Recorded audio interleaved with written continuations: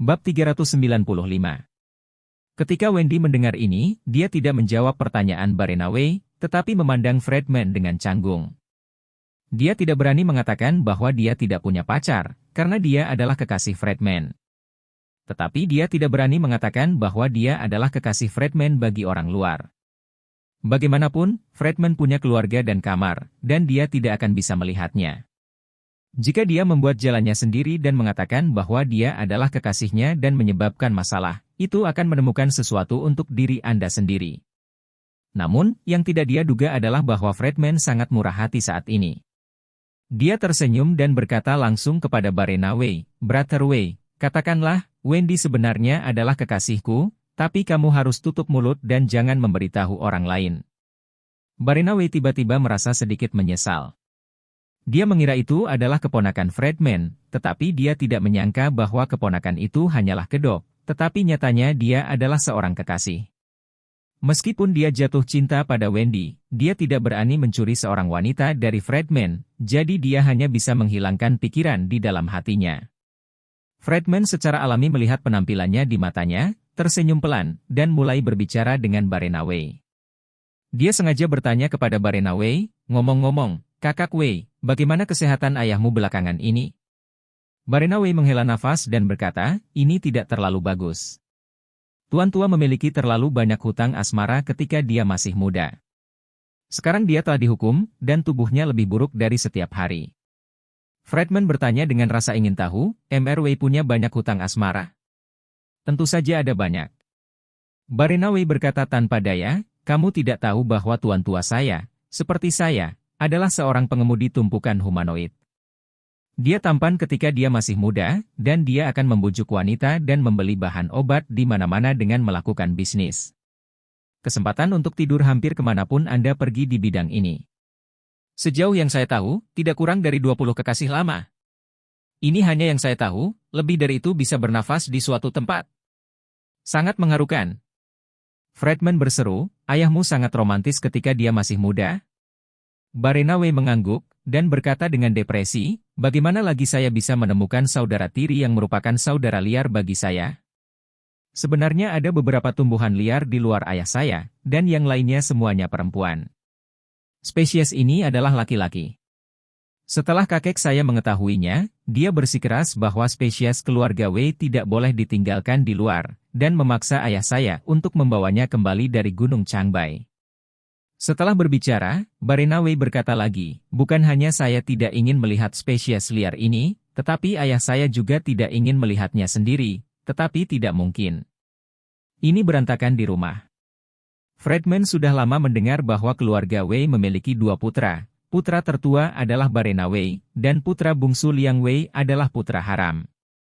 Dia adalah hutang romantis yang ditinggalkan oleh ayah keluarga Wei di tahun-tahun awal. Dia tidak diterima sampai dia remaja. Keluarga Wei belum pernah dilihat oleh siapapun, bahkan karakter keluarga Wei pun tidak memenuhi syarat untuk menggunakannya.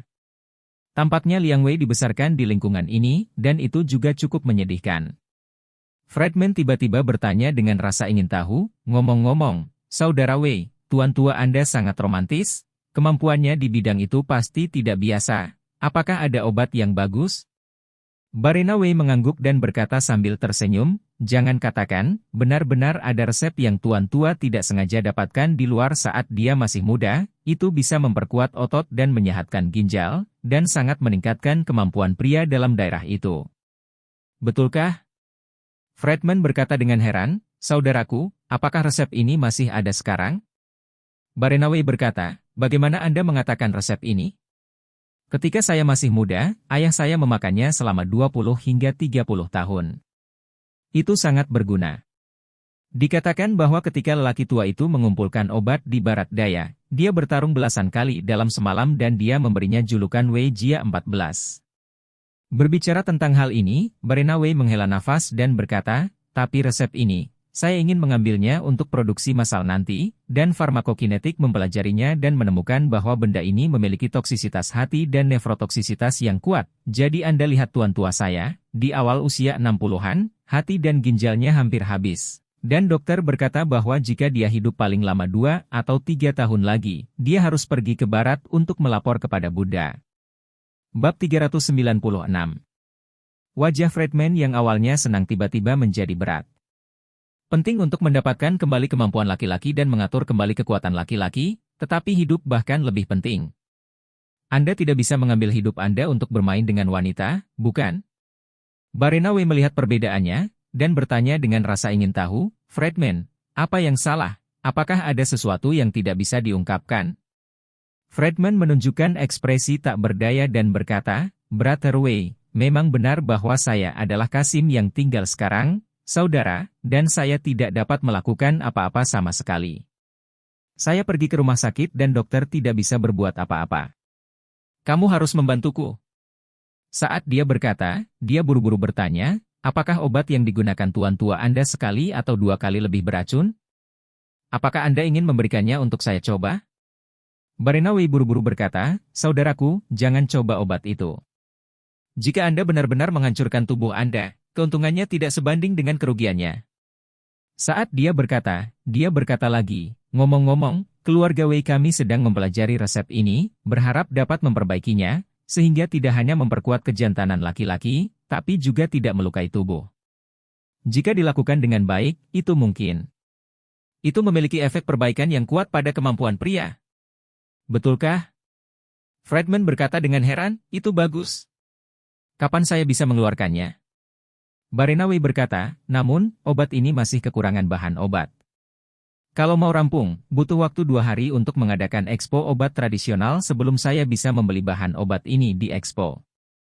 Friedman sangat gembira, apalagi 2 hari. Selama dia bisa disembuhkan, dia bisa menunggu 2 tahun. Jadi dia buru-buru berkata, Saudara Wei, setelah obat dibuat, bisakah kamu menjual salinannya kepada saya? Saya benar-benar membutuhkan benda ini sekarang. Apakah itu perlu? Dia sekarang adalah seorang Kasim yang masih hidup. Jika dia tetap seperti itu, dia mungkin akan memutuskan hubungan dengan dirinya sendiri. Barenawe menghela nafas dan berkata, bukan karena tuan tua tidak membantumu. Bahan yang dibutuhkan untuk obat ini terlalu berharga. Diperkirakan dalam uji coba awal, hanya 1 salinan yang dapat dibuat. Setelah selesai berbicara, dia melirik ke arah Wendy dan berkata sambil tersenyum, namun, bukan tidak mungkin untuk berdiskusi. Bagaimana bisa Friedman tidak tahu apa maksud Barenawe rubah tua ini? Dia menunjukkan senyuman yang dimengerti semua orang, dan berkata langsung kepada Wendy, Wendy, mulai sekarang kamu akan menjadi orang Brother Wei. Berterima kasihlah padanya untukku, seperti melayaniku.